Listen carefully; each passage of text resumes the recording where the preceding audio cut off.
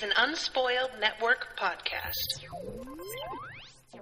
This is Unscrupled, covering Angel Season 4, Episodes 1 and 2, Deep Down and Ground State. In these episodes, everything is reverted back to normal, more or less. We haven't come very far. Welcome to Unscrupled.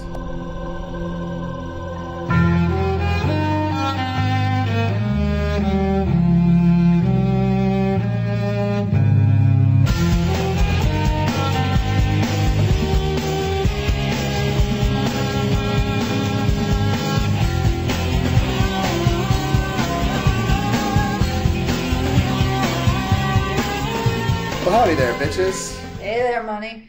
So, I thought they were blowing up the world with that episode. And no, everything, everybody's fine, and nothing's changed. I think the one who really, has to deal with the most change in this pair of episodes is motherfucking Phantom Dennis. Yeah, poor Phantom Dennis. I'm not, this isn't to say that I didn't like the episodes. I was just like, wow, they really blew everything up. Oh, they unblew it up. They put it back together. All the king's horses and all the king's men. Well, put Angel the vampire back together again. Well, were you expecting Angel to be under the sea longer? Or? I was expecting Justine to be gone, for one. I was expecting Wesley to be gone. Nope. I was expecting Cordelia to be gone. Yeah. There was a lot of... At least Cordy's still gone. Yeah. At least that expectation That's the one met. thing I didn't want to happen. And I know. She's clearly going to be back because, Because, unless she's just going to get paid a couple $100,000 an episode for one line. To be bored. Yeah, to be bored and speaking through a haze of... Welcome to Unscrupled, y'all. This is where we just dive right the fuck in. Yeah. So, how did you feel about these episodes? So I really like these episodes because they're super dark and broody, and while everything is put back, it's put back darker than it was before. So Wesley's back on the scene, but he's not back with Angel investigations, and he seems like he hates everything, and that's fun for me. He's also banging Lila, which is also fun for me because anything with Lila is awesome. Yeah. And let's see. We see some dark shit out of Fred. Gun's pretty much just Gun, but he's more street Gun again, which is fun for me. Connor Stephen guy is just as dark as usual, and now Angel rises from the deep, more bitter than before, and that tickles me. So yeah, it's just a darker show after last season, and that's some place I like being.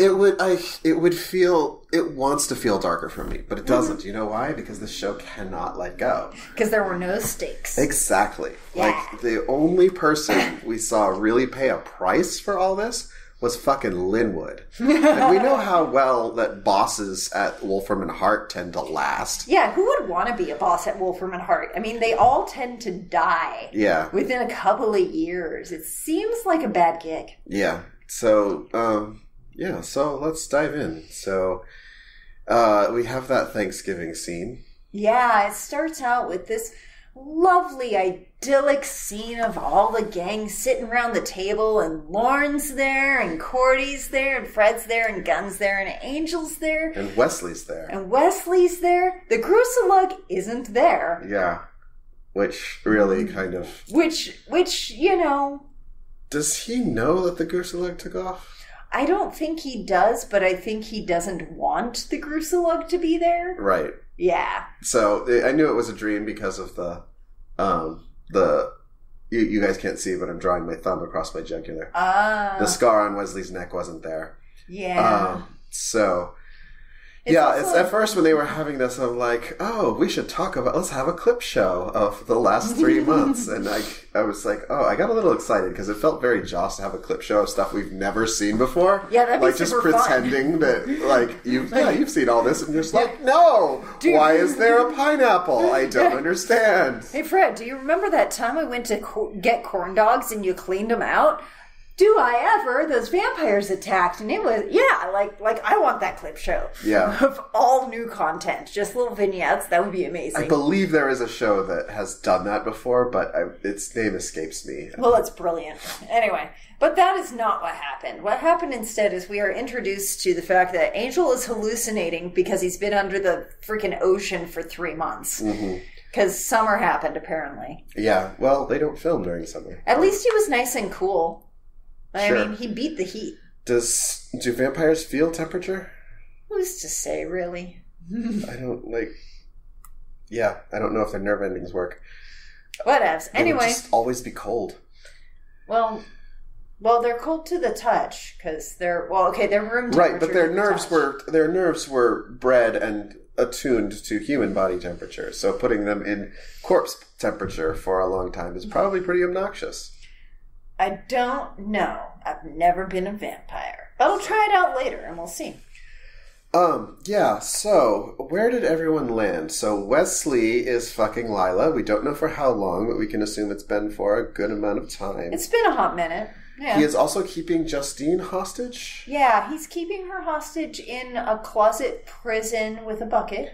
I gotta say, I am not here for what this show has done with Justine.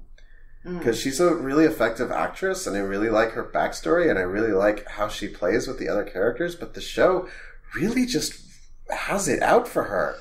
She's been tortured by everyone. She has no agency of her own. I'm just kind of like, I'm done with it at this point. I think the moral of that story is when you don't claim your agency, you get tortured. I think the moral of the story is Joss Whedon got dumped by a redhead. I think that's accurate because every time you see a redhead in one of his shows, she's a villain. Yeah. I mean, look at Yo Safridge on Firefly. She was Saffron, then she was Yolanda, and then she was Bridget or whatever. So we call her Yo Safridge. Okay. Yeah, she has a lot of names, but the point is she's played by Christina Hendricks and is a goddess. Okay. Yeah, I'm just not much of a Firefly fan, so... And I love you anyway. So, like, I'm not alone in this. I know I'm not. I'm not saying you're alone. I haven't watched it in 10 years because I got burnt out on it because of She Who Must Not Be Named. But, point being, in its time it was a big deal, and Joss Whedon hates redheads. Yeah. So, I'm just not here for... And I'm not here for the casual way that, like, this is clearly choreographed this is the new badass Wesley. Yeah, Look, this isn't about people. her. Yeah. This is about him, not like, her. No, this means you are a shitty person and now I wish you had died. And I wish you died before so that the stakes were higher. Now I wish you died because I do not want to sit here and have the show pretend that this is cool and something to admire in someone. To keep women in closets. Yeah. It's just... Because, you're somehow justified. And to not tell any of your other friends about it. Although, to be fair, his friends had a mole in their organization. So, yeah. Wesley... Okay, so... Morality aside, his technique turns out to be effective. So? I mean... Like, yeah, you can be a terrible person. It might get you laid every once in a while. Does that mean I want to watch it? No. Okay. But they had to find Angel somehow. This is the part of the two episodes that really broke down for me is like Wesley's motivation in finding, like, discovering the truth about Angel and finding him. It just doesn't seem, like, come on, man, move on. Especially with the front he's putting on now and how he's behaving. Mm-hmm. Like, you can't actually go through this giant personality change and build another crew. Like, even if it's all a front, at some point you will become the mask and you will stop caring about your old life. That's fair, but it's only been 3 months. Still, I just, like, I don't understand what Wesley is doing there. A night job? I don't understand how Wesley, like, the steps to get here. Mm-hmm. Wesley has to be alerted that Angel is missing, yes. Right? Which means since nobody is talking to him that means that he must surmise that somehow. Not true. Fred and Gunn went to him twice. They cover it in the episode. I thought they went to him twice, like, for other problems. No, they went to him twice asking for help finding Angel. Because he's got all the mystical mojo. He could, like, find an artifact or something. That is, I interpreted it like that was referring to when they went to Wesley for help last season with other matters. No, it's not. Because he actually did help Gunn last season. All right, fine. So, that he learns that this guy is missing, that Angel is missing. He does not tell them. He tracks down Justine. How he knows Justine is part of it, I don't fucking know. He's an excellent detective. Sure. And... yeah. So not only does he have to surmise that Justine was behind it, which he has to capture her. I feel like she would be better at not getting captured at this point because she knows what to look for. He keeps her in a prison cell and takes her out every night to go search for Angel. Mm-hmm. And it's just this is spending a lot of time for a guy he doesn't care about. But he does care about Angel. Angel's the one that rejected him. Remember? He loves Angel so much, he kidnapped his son so that Angel wouldn't accidentally get hungry and eat him as a snack. Knowing that would put him in... He can't. It's been his life for the past several years. These are the only people he has. He's in a foreign country. He doesn't have family to go home to. In fact, well, that's later. Anyway, we have established in this that he had a terrible father. He can't go back to the Watchers Council. There's nothing for him in England. He came over as a young man. I still don't buy it. Like, this is still telling and not showing. Like, what am I supposed to believe that Wesley still has feelings for Angel and wants redemption? Because he doesn't behave that way in front of Angel. He's actually quite a fucking dick. He doesn't behave like he wants redemption. He doesn't want redemption. He wants Angel in the world. Angel is a champion that helps people. He wants Angel to be in the world to help people. He can't be the only one fighting demons on the streets of L.A. He was fine without Angel for several months before the Doyle thing happened. During the dark times. Wesley was not in L.A. on his own at all. He showed up that day and got hired that day in his stupid letters. This new Wesley that we know does not strike me that he would do this kind of thing. It doesn't, I don't believe it. This is so much effort on a guy who tried to kill you several times. So, what's the fucking point? Okay. Just try to kill you again. That's fair. And also, when he actually pulls him up out of the ocean, he doesn't feed Justine to him. Well, yeah, because he's not totally evil. But Justine hasn't she crossed that moral event horizon when she killed a man and framed Angel for it? Why is... Well, okay, she didn't kill him. He committed suicide. By her hand, but still. But you see what I'm getting at? He's still clinging to these rules that Angel must be saved and you can't kill an innocent person, even though you can kidnap and torture her for months. It's just... And you can fuck who is clearly the most evil person in Los Angeles, and that is saying something. I don't know. I think Lila's better than most of the male producers in Hollywood. Just saying. Yeah, that's very true. That's fair. I mean, Lila will kill you as soon as look at you, but I don't think she'll rape you. There's evil, there's selfish evil, and then there's plan ahead evil. Yeah. So, the rapey producers in Hollywood, those are selfish evil types. Yeah. They're not really thinking about anything other than, I want to rape this person. Yeah. Whereas Lila is thinking about, I need to have a long-term plan about how to achieve my goals. Will raping this person serve my plan? Yes. What are the short-term benefits versus the long-term costs in order to do this, you know? Right. Well, yeah. Okay. So, I would say that Lila is more evil and more competent than most of the... That's fair. Yeah. So... Anyway, point being, he's doing a lot of stuff that's seemingly out of character for who he started off in this show as. He's doing a lot of stuff who he was when he started at the show. Yeah, I could see him doing all this shit, except for the kidnap and torture. But who he's supposed to be now, that's what doesn't fit with me. Well, who the hell was he supposed to be now? Because the last I saw him hanging out at Angel Investigations, he was all broody and bitter because he didn't get the girl, and his best friend did. And he was like all up in his books and stuff, and didn't feel like he could trust anyone so much that, again, he kidnapped Angel's child. But, yeah, that is... He was already isolated. He was already going down some weird fucked up path. Now, I get it. The weird fucked up path means that he probably shouldn't be as invested in, his old pals as he was. But sometimes you do stuff for It's just so much plot contrivance. And, yeah. And, guys, I'm not really trying to shit on these episodes because I legitimately enjoyed them both times that I watched them. Because, we were going to record last week, but we didn't. Yeah.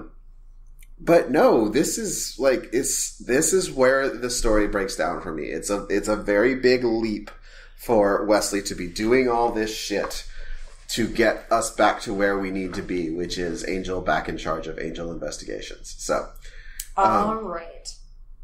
Is there more stuff about Wesley we need to discuss? So he's fucking Lila.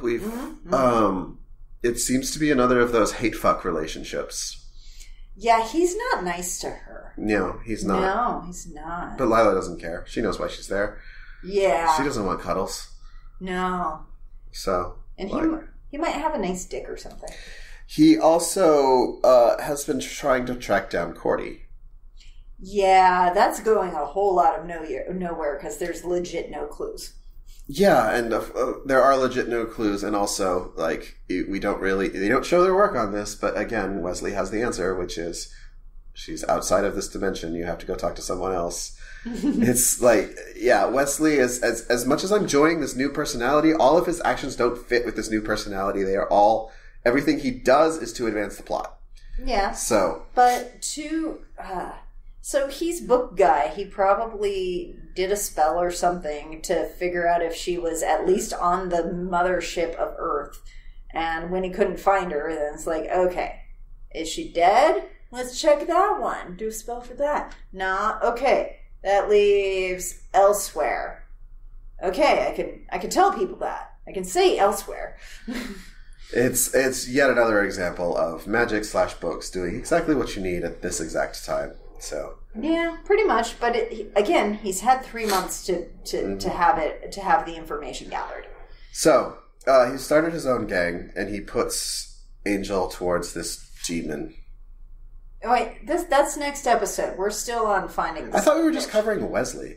We're covering Wesley for the first episode. There's no way I'm prepared to talk about the second episode until we get through this one. They're two stylistically different. Okay, who are we talking about next? Let's talk about Fred and Gunn. Fred and Gunn are holding the fort down, and they're being mom and dad to Connor, who has gone back to Connor at this point.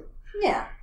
And they've kind of got a whole thing going on. They kind of feel like a family unit on some level.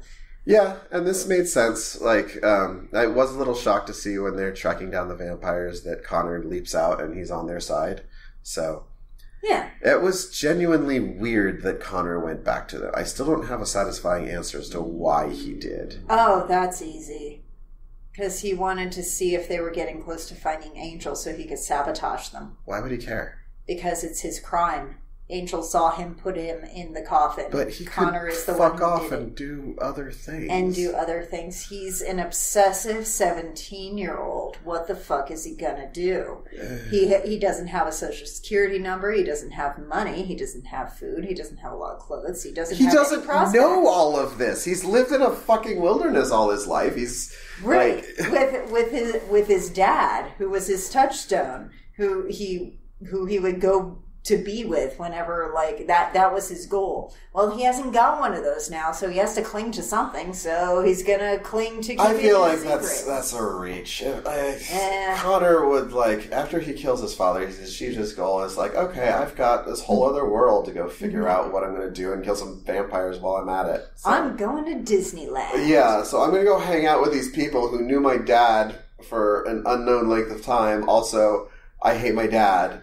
The thing is, if they find his dad, his dad will hunt him down. So his dad's stronger than him. I feel like he's been hunted by worse things than a vampire. Not this vampire. They make it very clear Angel's special. I don't understand what's so special about Angel. No one does, but it's a show. His Cro-Magnon brow.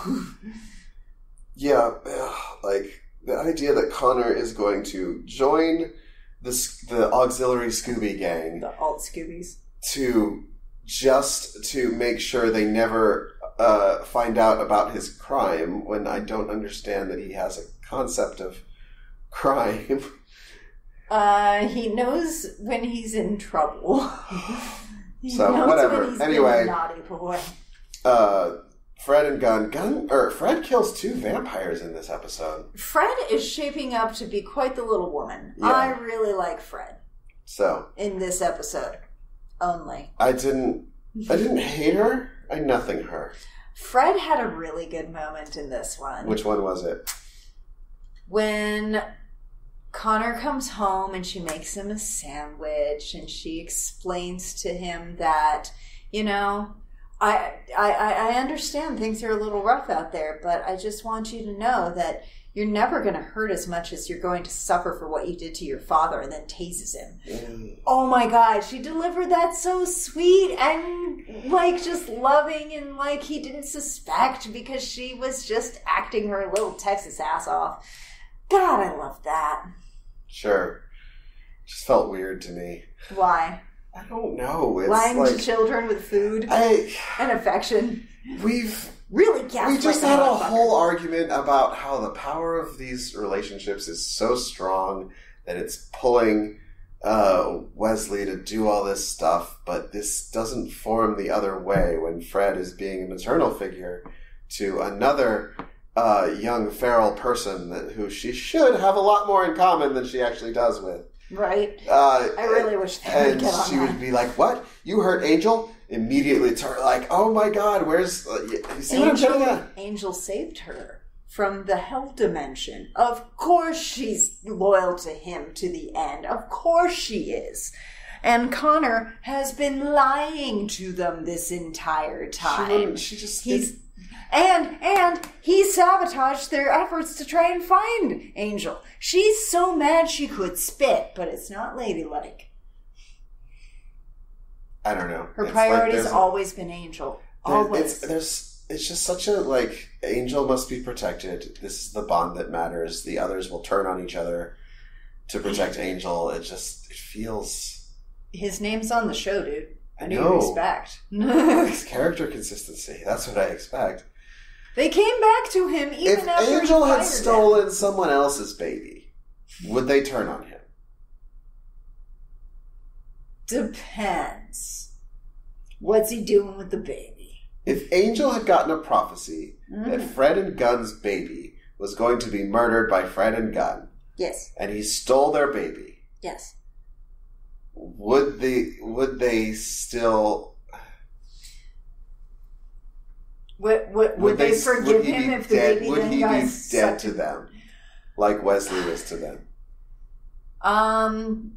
See, the thing is, they weren't mad at Wesley. They just said, you can't be around Angel, so don't come back. We understand why you did what you did, and I get it. You got fooled. That shit happens. But don't come back, because Angel's going to kill you. All right. That's legit what she said to him. So, yeah. They'd forgive him. It's Angel who's the one who couldn't forgive Wesley. And now that they've got Connor back, kind of, sort of, it's on the table. Yeah, so,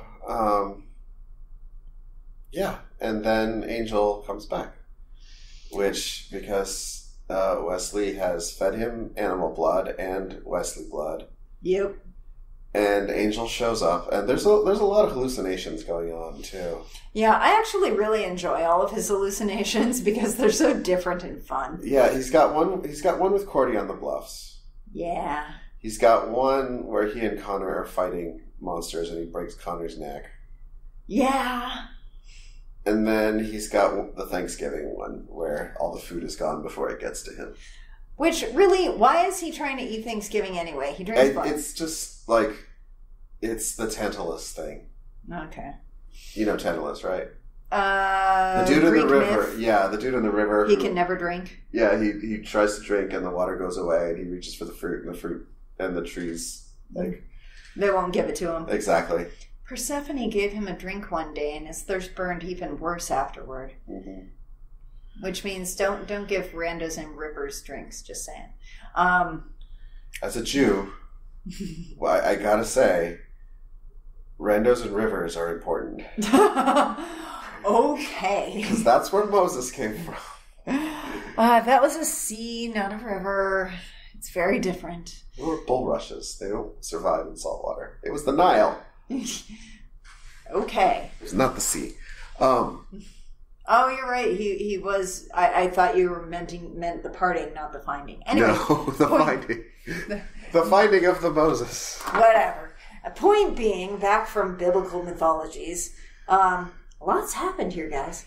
They also made a call to Lorne, who was in Vegas. How'd you feel about that call to Lorne? It made me hopeful that Lorne will be back. Okay. But, still, they need to... I also don't, for Lorne's sake, I don't want Lorne to come back. Lorne has nothing to gain from this thing. Run, bro! Yeah, stop taking their calls. You left your West Coast life behind and now you're in Vegas. Okay. What'd you think about what he said to them? Fluffy? Yeah. What did he say about Fluffy?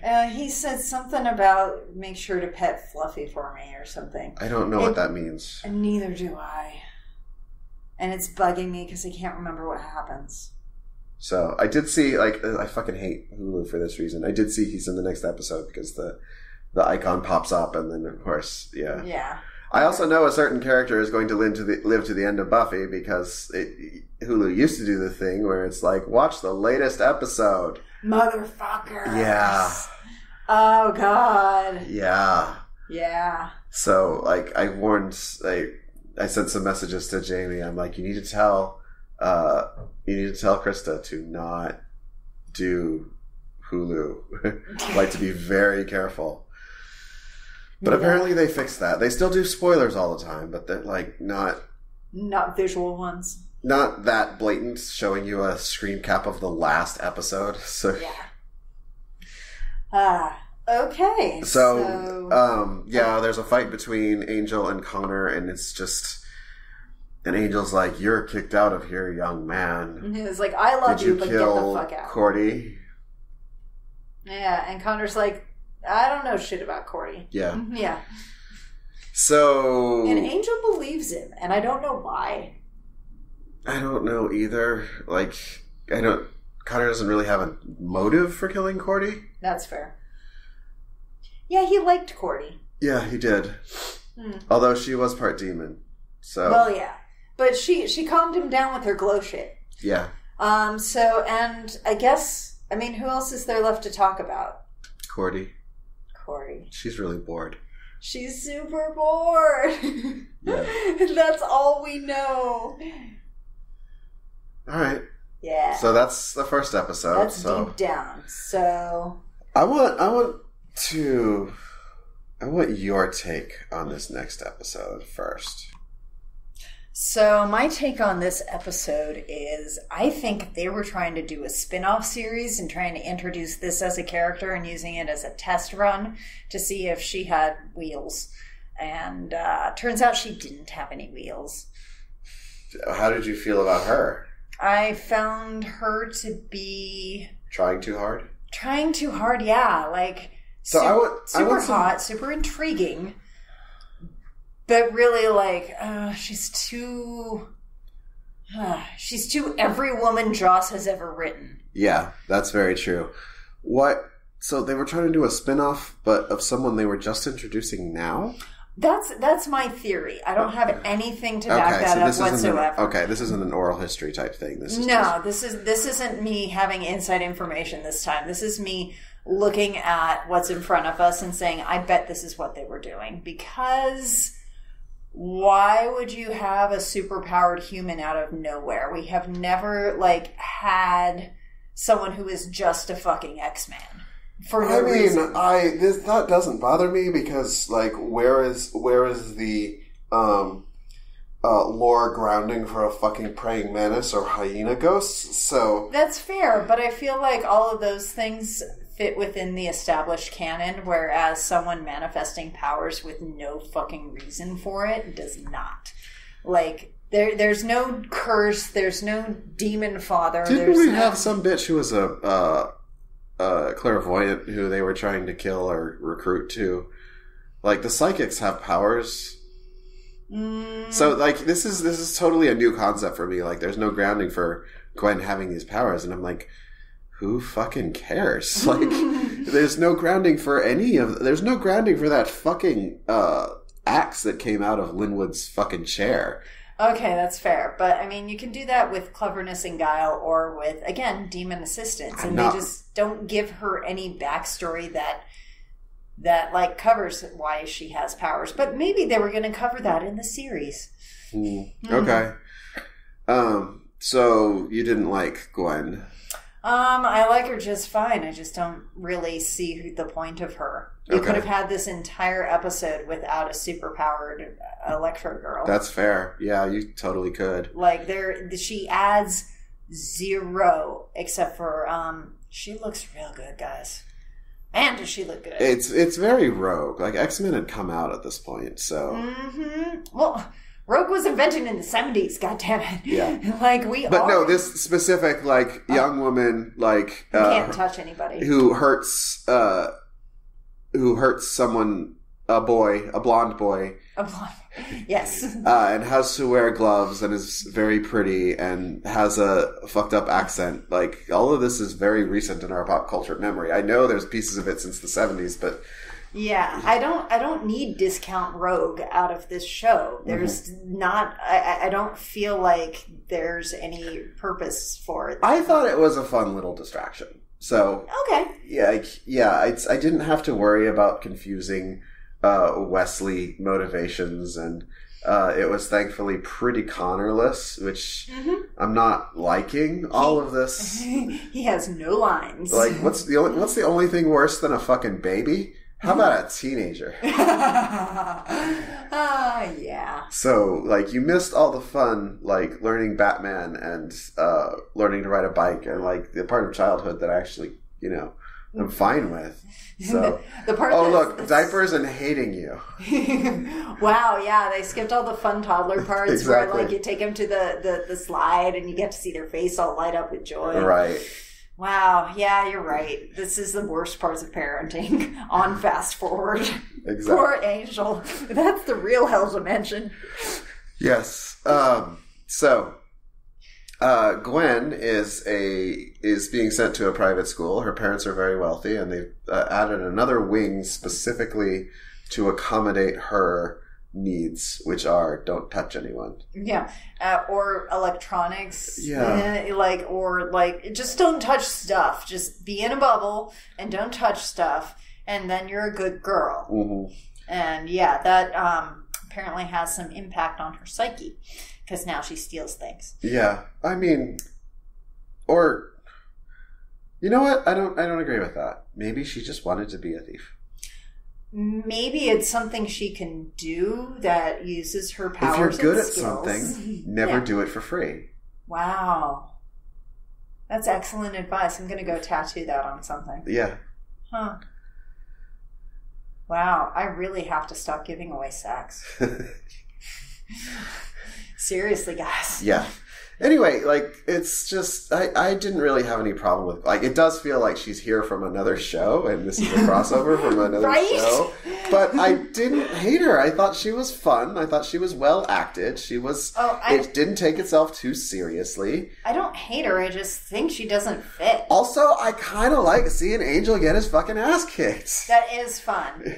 Okay, so... By a girl! What about the part where she makes his heart beat? That, I don't... Why? That's a vampire boner. Your heart starts to beat. Something. I don't know. All right. So Gwen has hurt this other boy, and then we flash forward to her meeting her client in a restaurant. Now, this scene I could have done without. Really? I kind of liked this scene. I liked this scene too, but it served no fucking purpose other than, like, for her to be a bitch about her job. It's like, I work on commission. Like, you could have said, hi, I looked into this, and I've decided that this is going to cost a lot more. This is a business deal. Mm-hmm. Yeah, she doesn't have to be whiny about it. All of this could have been off-screen and been fine. Well, they're trying to establish her attitude and also that she's still Electro Girl and has no qualms whatsoever about breaking I feel like watches. her running into Angel in the fucking vault does that perfectly. That's fair. Yeah. Yeah. Because like it's a lot more ominous if we were watching this heist go down. And if Gunn had taken the security guard in, and there's 4 other security guards, and we had no idea what the fuck was going on, and she just drops out. And Fred was like, "What the fuck? Someone's in the electrical grid. I'm not even in there." And then we could have been like, "Oh, electrical grid. Yeah, it's Gwen. You know? Hey, she's here." And then she just falls out of the ceiling. That was the failure. As far as I'm concerned. And, like, there's enough with her meeting with her client later to establish why she's mad. Why she's mad, why he's mad. So, yeah, it's just, they kind of spoiled it. Okay, yeah. I feel they didn't trust their audience. I feel like we should cut that scene out and show it to someone. Let's show it to Owen and see if he still likes it. Huh. Wait, I have no idea. Is Owen a Buffy guy or no? He's not. He's the only one I know who wouldn't have seen it. Okay, sure. Let's do that. Yeah. So, yeah. Anyway, Gwen is a thief. She wants to steal this thing. But before that while that's going on, Angel is having a meeting with Wesley with his new crew. Yeah, and he thanks Wesley for rescuing him, and he tells them that they're cool. Wesley's like, yeah, that's sweet, but I'm not coming back. Yeah, and that's the Wesley, like, that doesn't match with the actions. And I'm like, yes, this is the Wesley I'm here for. Yeah. This is the Wesley who has moved on. Yeah, and he's like, here's my file on Cordy. Yeah. Peace out. Yeah, here you go. Here's what you need in order to find the answers you're looking for. In order to get out of my fucking face. Yeah. Here is the MacGuffin you need. Go with God. Right. And yeah, that's solid. Good job, Wesley. Yeah. And it turns out, like, now, I could have believed it if, like, because one of the specifications is like, I can't go see this demon, only someone who is dead can. Mm-hmm. If that is why he was trying to pull Angel up to save Cordy. Oh, yeah. See, that makes a lot more sense. That totally does. And maybe that's what was going on all along. Yeah, it's too late now. You can't retcon it. I'm pretty sure there's a lot of dead men he could have sent, though. I mean, we know a lot of dead men off the top of our head. Just saying. Yeah. Where they're packing up poor Cordy's apartment, and I really think they need to look into how to move Phantom Dennis to the hotel. There has to be a way. Yeah, it doesn't seem right just leaving him there for the next owner. Like, what if they suck? Yeah. Poor Phantom Dennis. Phantom Dennis could have a whole, like, he could meet new people in a hotel. He would have a ball in the hotel. Yeah. Oh, man, he'd have such a good time. So they don't seem very focused on that, though. No, they don't. Maybe they talked to him and asked him what he wanted, and he's like, "No, I'm chill." It's possible that, like, he can't speak, so they haven't had a few years like Cordy's has to develop a rapport and understand how this stuff works, you know? He can communicate, though. He opens and shuts drawers all the time. Yeah, but Cordy has been in his presence long enough, like, when I come through the door, if I'm in a fuck off, I need to go hide in my man cave for a while, right? Oh yeah, I can read your essence. She can't, like, they don't know how to read the essence of those drawers slamming and what Phantom Dennis really wants. That's fair. Communication's a lot harder. Yeah, nonverbal communication with someone with no physical attributes is hard. Well, Well, there you go. So, but yeah, I think that would be a stand-up move for all of them, is to figure out how to excise poor Dennis from this house and take him to the hotel. I'd watch that episode. Mm-hmm. I'd watch the shit out of that. Right. We don't even need a big bad, just like the journey and the weird people at the library that Fred meets and has to charm. And like sorting out the charlatan ghost people from the actual ghost people. It's like, okay, we've got 3 fakers and one that might be legit. Let's see. Yeah. So anyway, Wesley tells him he needs to go see this demon. Yeah. And he goes to see this demon, and this is good demon work. This is good costume work. This is very Jim Henson in The Thing type. I don't know if you've seen The Thing, but I have not seen The Thing. It's very disgusting. Okay, I'm glad I didn't see The Thing. But it's very cool to see the Jim Henson magic applied to body horror. Okay. So, anyway. That's where I was going with this. But that fucking costume was really well done. Mm-hmm. And it was really gross. And I was like, I didn't want to be touched by her. Whereas, like, I didn't want to be touched by Oz's werewolf costume because I thought it hadn't been washed in a while. It might have mange. No, I just thought it just smelled like fucking Seth Green. That is its own horror show. You're right. Yeah, sorry that my voice sounds fucking weird, guys. Like, when I was on vacation, I caught myself a nasty cough, and I've been working through it, so I probably sound like I'm talking through one of those voice boxes for people who smoke. You sound like you're a 2-pack a day with a glass of whiskey after every single one of them. Okay. But yeah, it's still charming. It's mostly in real life, I'm a 2 packs of whiskey with a cigarette after, but that's fair. But yeah, so this demon, whose name is Dinza, tells Angel that he needs to look inside the axis of Pythia because Cordy's far away and doesn't need him anymore. Right. And he's like, yeah, but I need her, so I'm going to go find the bitch. Right. Uh-huh. Which leads to them preparing for a heist. Yeah, because apparently this thing is going to be sold at auction for millions and millions of dollars, and they can't afford to buy it. Yeah, and neither can Gwen's client. And there's only one of them. Yeah. Yeah. So there's a whole lot of stealing in this motherfucker. And it's all happening on the same day by coincidence. Yes. Okay, fine. You at least liked the point where Fred has to tell them they're both going the wrong way, right? Yeah, that's pretty good. She just gave that bitch's smile that I've learned. So. What does my smile mean? Just like when I remind you of something pleasurable, you open your mouth real wide. So. Oh, my presence face. Yes.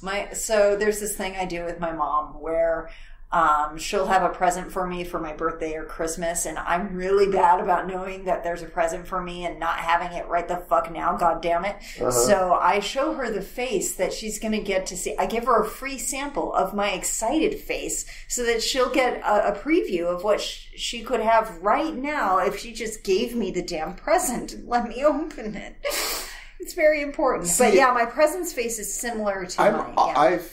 I've heard of present faces. The opposite of that is when you are trying to be enthusiastic about something that clearly they don't know anything about you. Oh, look, a football jersey. 2 sizes too small. No, that's a different face altogether. That's a closed lip. I'm trying to be, it depends on how I'm feeling. Anyway, So back to Angel. Mm-hmm. So yeah, they do a heist. It's super heisty. I'm enjoying when shows play with genre. This is why I love Community. Okay, yeah. So and this is dipping their toes into another genre of show. And that part's fun, and they've got a decent plan. I mean, it would have worked if Electric Girl hadn't shown up. Yeah. But she does. She does, and she fucks with their plans, and I kind of liked how, I'm usually not here for Joss Whedon sticking his dick out with the dialogue writing, but this worked. So he didn't actually write this episode, but you can see his hand fucking everywhere. Right, it's his influence. Yeah. Someone better wrote it. Oh. Yes. All right. Sorry, was that shade? Yes, it was. It's cold in here. There must be some Tauros in the atmosphere. Clovers. There must be clovers in the atmosphere. So... Yeah, it gets heisty. Heist happens. Gwen locks them out because she's that on top of her shit. She grabs the thing, and as they're all, like, getting to escape, Gunn shows up, and she accidentally on purpose, electrocutes him and stops his heart. Yeah. And that's a problem for Gunn, because he's, like, human and shit. Yeah, and then she, like... it doesn't take her very long to be like, I think she secures the package and then is like, move out of the way, I'll take care of it. Yeah, she has the chance to just run away, and then she doesn't because she needs to go back and start Gunn's heart again because this is to show that she's not a complete shit. Right. A little heavy-handed, but I'll take it. Yeah. I mean, it makes sense. Like, she's not a vicious person. She's a thief. Yeah. Like, I'm not here to kill someone. This is someone else who has the same job as me. At this point, it's professional courtesy. I had a cheat code. It shouldn't cost this poor dude his life. That's fair. I mean, I feel you. It's also not really costing her anything to fix it, too. Okay. So if this was a get caught or leave him dead, she probably would have not gotten caught. But that wasn't what was going on. So they tail her back to where she's gonna drop off her ill-gotten gains, and that seems kind of sloppy, but cool. And that's where Angel and Gwen have their little fight, and she starts his heart. Yeah, that was so weird. And it was dumb, and they're trying to build all this sexual tension between them, and it's just not. Yeah, happening. It really felt like they were trying to introduce her as a new character. Like, as a new love interest. But, like, dude, Cordy's been a higher being for, like, 6 seconds, guys. She's been there for 3 months. He was in a hole. He's been pining for her this whole time. He's not ready to move on, obviously, since he's performing an entire heist just to find out where she lives now. Well, so then we have So her client betrays her, and that's like, I saw this coming so bad. This is why you didn't need that first restaurant scene. You really don't. Yeah. So, like, the only thing that's established is the fucking watch, but who cares? Yeah. So, yeah, there's a fight and a double cross and a murder, and everything comes out with Angel walking away with the MacGuffin. Right, because she's not going to get paid for it, so what does she care? And also, she realizes that she's convinced that Angel wants it for love, and, you know. Well, it's just like, and she hasn't got an eBay account. Right. I didn't buy it. She's just like, well, I can't get paid for it, so might as well. Yeah. Also, thanks for getting me out of that elevator. That could have sucked for me. Yeah. And so, Angel gets the magic thing and finds out where Cordy is. And Cordy's like, guys, come on. Get me out of here. Yeah, but Angel is now convinced that Cordelia is where she belongs. So, and that's most of the episode. There's only, one little almost throwaway scene that... The Fred and Gunn fight? Okay, there's 2 almost throwaway scenes. Okay, tell me about the Fred Gunn fight. Oh, it's just like I looked at my phone both times I watched it because I'm just like, I don't care about Fred and Gunn. Yeah. But apparently, they have a fight because Gunn died and almost left Fred alone. And Fred's been trying... Okay, to be fair, Fred's been under a lot of pressure. She's been trying to hold it all together, and she thought when Angel came back, she wouldn't have to hold it all together anymore. Right. And she's still holding it together, and she's like... I'm barely functional under the best of circumstances. Motherfuckers, back off my shit. And you don't die. And I can't blame her for that. I really do feel that. I don't blame her either. I just don't care. Yeah, that's fair. Okay, and the other one is when Angel tails Lila, who's tailing Connor. I was wondering what, they didn't tail Gwen. Lila was the one who dug it up. Okay, whatevs. Yeah. I still don't care. So Angel runs into Lila, and he's like, I can smell Wesley on you. Yeah. Which is gross. Yeah. But accurate, I mean. Here's, like, I need them to have more faith in Lila, because a threat from Angel shouldn't be enough from her, especially how she literally went to a god to get her boss fired. So, that's fair. Like, senior partners are not to be fucked with. And Angel is just like, I will forget that you're in the presence of my son. And I wanted her to be like, look, bitch, you need something from me. Shut the fuck up. You're not going to kill me. Yeah. Or if you are, get the fuck on with it. I'm tired of your bullshit. Yeah. That seems much more in character with Lila. It's like, oh no, Angel threatened me. You've been threatened by Angel many, many times. Yeah. Personally. In your face. This needed to be a scene where Angel was offering something that Lila needed. Yeah. Like, maybe information that could get her boss fired / killed. Well, she's the boss now, though. I know. They could have reorganized it so that she got information. Oh, yeah. They could have plotted this better. Yeah. God, it was so close to being good, both of these episodes. Yeah. They just needed, well, okay. Back in the early thousands, you really didn't have to try that hard. Being clever was not even, it wasn't a priority on any level. Yeah. So, yeah. This was... I really like Lila. I really want her to be the big bad of next season so that we get lots more of Lila. I really want them to stop with this stuff that Lila would never do. Okay. Like, be afraid of Angel? Yeah. Yeah. We are so far past that. Yeah, that's fair. So, I did like her coup. That was really good. It was a solid coup. Yeah. Yeah. She's a badass bitch, and I adore her. Do you know what I loved most? What? She didn't kill Gavin. She's like, you're going to work for me, motherfucker. Yeah. You're going to suffer under my reign. That's the ultimate revenge. Yeah. Death's too swift. Yep. So, yeah. I liked these episodes. They had their flaws, but... I like them too, as much as I dump on them. There were good episodes in them. You see what I'm getting at? Yeah. That, like, a couple small tweaks could have made it all flow a lot better. Yeah. Yeah, I feel like that too. And that's really hard to do when you have no Cordy. Yeah. God. So I'm really glad Cordy is back.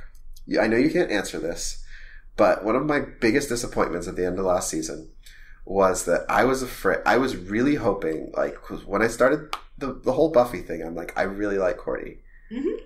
I thought Cordy was marked for death in the early couple seasons, right? Mm-hmm. There's only so much you can do with the bully cool girl. Mm-hmm. Now I'm at a point where I want Cordy to have more episodes than Buffy, just out of spite. And I was afraid that mark had been missed because she was gone. She is not gone. So I still have a chance of that happening. She only has to last to the end of this season and one episode in the next. Okay. Well, also, Cordy's died 0 times and Buffy's died twice. That's fair. But Cordy, her name's not on a show. Except for anymore. Except for when it was. Except for when it was. But it's not on a show in this universe. All right, so we haven't done this in a while. What's the name of the next couple episodes? Oh, you want to know that? Yeah. Okay, let's find out. The next ones are The House Always Wins. That's clearly involving Lauren. And Slouching Toward Bethlehem. Bethlehem. Oh, yeah. Another Jew reference. Also a Christian reference. Yeah, I know. But, we don't get much. We're going to claim ownership of this one. You have the whole First Testament. I mean, come on. Isn't that... No. No, it's not. It's not, guys. I fully agree that it's not. But, yeah. So The House Always Wins and Slouching Toward Bethlehem. Slouching Towards Bethlehem. Yeah, none of these are giving me any clues. Mm-hmm. So, I'm going to predict that they're both going to be one-offs that don't really serve the meta plot very much. That's, I'm shocked. That's a theory. I'm shocked that the second episode was a one-off. It's fair.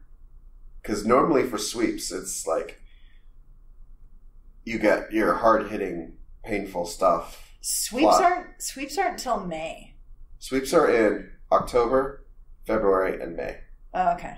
So the first of the season, February is, I don't know why it's February, but then there's May, late April, early May when the end of the season. Okay, because these all aired in October. Yeah. But okay, cool. So yeah, that's our episodes, guys. So yeah. All right, we need to go home. Yeah, we do. Bye. Bye.